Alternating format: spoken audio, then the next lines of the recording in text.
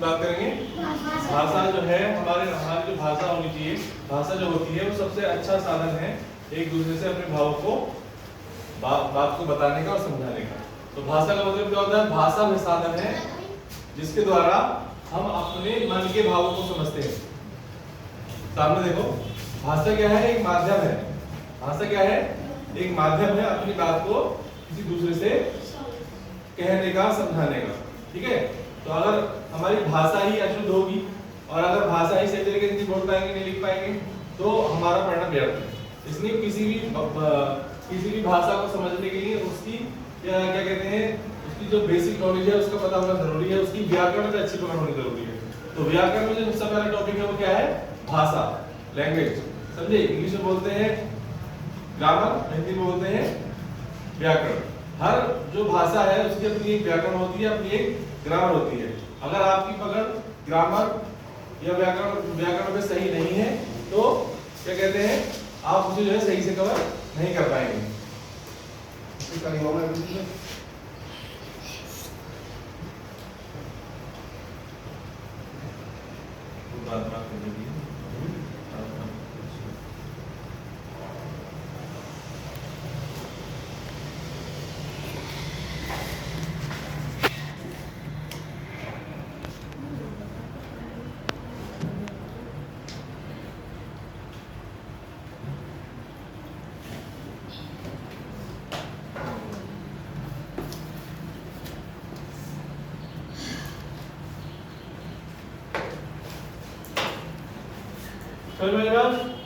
भाषा वह साधन है जिसके द्वारा हम अपने मन के भावों को समझते हैं या समझाते हैं।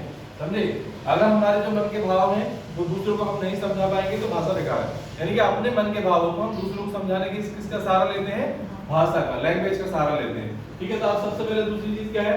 भाषा का विकास कैसे हुआ? अब भाषा एकदम से तो आई नहीं होगी, है ना? प्राचीन समय में क्या हुआ?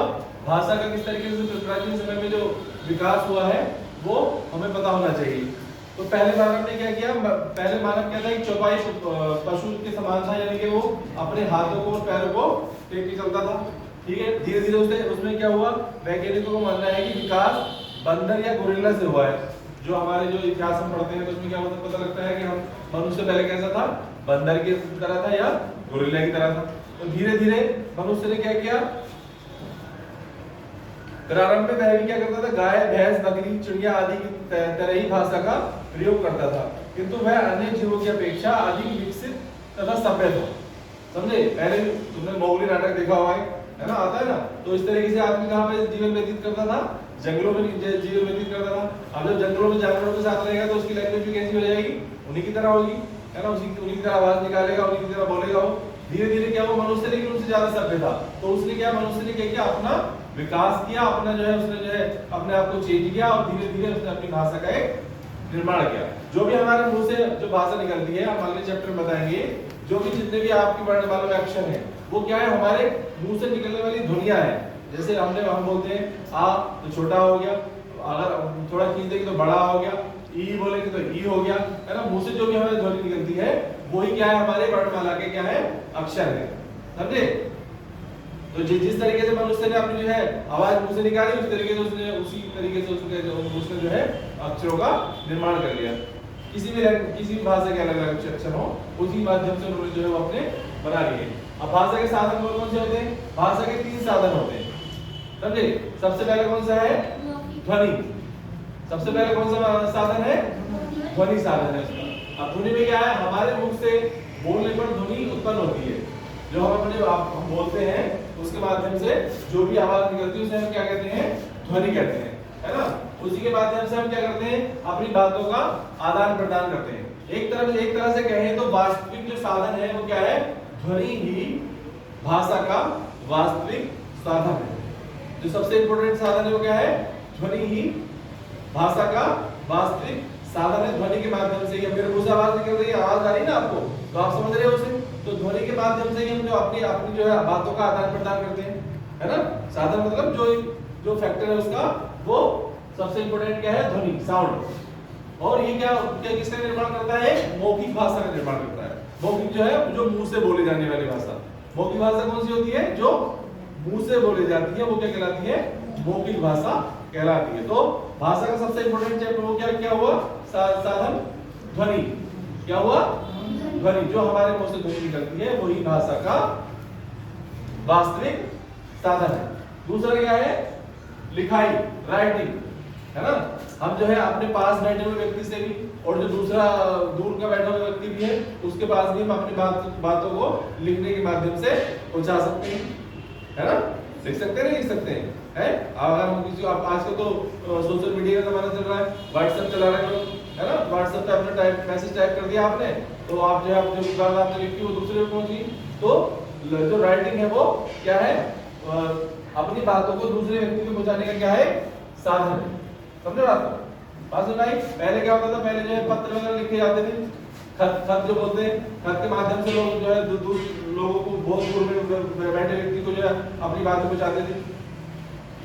अब जो है थोड़ा मॉडर्न जमाना आ गया, सब चेंज हो गया, खत को यूज नहीं करता। अब तो सोशल मीडिया का ईमेल के माध्यम से और जो है ट्विटर के माध्यम से और जो है व्हाट्सएप के, टेलीग्राम के, इसके माध्यम से, मैसेंजर के माध्यम से अपनी जो है बात को लिख के दूसरे व्यक्ति को पहुंचा सकते हैं। लेकिन उसमें साधन क्या यूज करते हैं? लिखाई, राइटिंग। समझे? ये जो है किसका निर्माण करता है? लिखित भाषा का निर्माण करता है। किसका निर्माण करता है? लिखित भाषा का निर्माण करता है। और जो मुंह से बोली जाती है वो कौन सी होती है? मौखिक भाषा। जो मुंह से बोली जाती है वो कौन सी होती है? मौखिक भाषा। और जो लिखते हैं वो क्या होती है? लिखित भाषा। इस तरीके से तीसरा जो इसका वो है साधन, वो क्या है? संकेत, सिंबल्स। संकेत मतलब चिन्ह, समझे? चिन्ह के माध्यम से भी हम जो है, संकेतों के माध्यम से भी हम जो है अपनी बातों को एक दूसरे से आदान प्रदान कर सकते हैं। इसके लिए अलग से मतलब कुछ लैंग्वेज भी होती है, तो वो आगे बताएंगे आपको। भाषा संकेत भी है, मतलब भाषा एक संकेत भी है। संकेत के माध्यम से जो है भाषा का हम आदान प्रदान कर सकते हैं, दूसरों को अपनी बातों को बता सकते हैं संकेतों के माध्यम से। समझे? तो ये क्या कहलाती है? सांकेतिक भाषा कहलाती है। जो हम संकेतों के माध्यम से जो है बात को एक दूसरे को पहुंचाते हैं वो क्या कहलाती है? सांकेतिक भाषा कहलाती है। तो भाषा के तीन फैक्टर हो गए, समझे? पहला हो गया ध्वनि, दूसरा हो गया लिखित, और तीसरा क्या हो गया? सांकेतिक। तीनों बातें समझ में आ गई? समझ में आ गई तीनों बातें?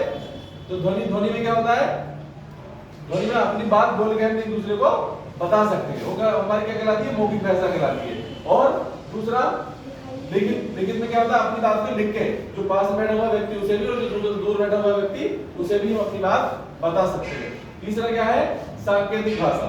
सांकेतिक भाषा में क्या है? चिन्हों के माध्यम से हम जो है अपनी बात को दूसरे व्यक्ति को बता सकते हैं, संकेत के माध्यम से। जैसे हमने बहुत सारे चित्र बना लेते हैं, है ना। हमने किसी का नक्शा बना लिया है, अब हम मुझे नहीं कह सकते कि नक्शा में बात क्या रहा है। तो नक्शा क्या है? एक संकेत हो गया कि यहाँ पे जो है ये वाली चीज है, यहाँ पे ये चीज है। जब आप कोई नक्शा बनाते हैं तो उसमें जब आप नक्शा देखेंगे तो उसमें अलग अलग छोटे छोटे बहुत सारे सिंबल्स होते हैं, तो वो किसे बताते हैं? अलग अलग चीजों को बताते हैं। कहीं पर वाला रोड जा रहा है तो रोड का अलग सिंबल होगा, रेलवे लाइन जा रही है उसका अलग चिन्ह होगा, है ना। और अगर कहीं पर मंदिर बना हुआ है उसका चिन्ह अलग होगा, मस्जिद बनी हुई है उसका चिन्ह अलग होगा, कहीं पे जो है कोई शमशान है उसका चिन्ह अलग होगा, कहीं पे कोई और चार दीवारी हुई है उसका चिन्ह अलग होगा, कहीं इमारत बनी हुई है उसका अलग होगा, कहीं पे झील आ गई उसका अलग होगा, है ना। कहीं पे नहर है उसका अलग होगा, कहीं पे नदी हो गई उसका अलग होगा। तो वो क्या है? संकेत है। क्या है वो? संकेत है। तो हम संकेत के माध्यम से बता रहे हैं कि यहाँ पे ये चीज है। समझ में आ गई तीनों बातें? अब इसके बाद क्या आती है? लिपि। क्या होता है? लिपि। लिपि क्या है? लिपि जो है अपनी भाषा के लिखने के तरीके, अपना अथवा विधि को क्या कहते हैं? लिपि कहते हैं। जो चीज हम लिख रहे हैं उसे, अपनी जो हमारी लैंग्वेज है उसे जो लिख रहे हैं उसे क्या कहते हैं?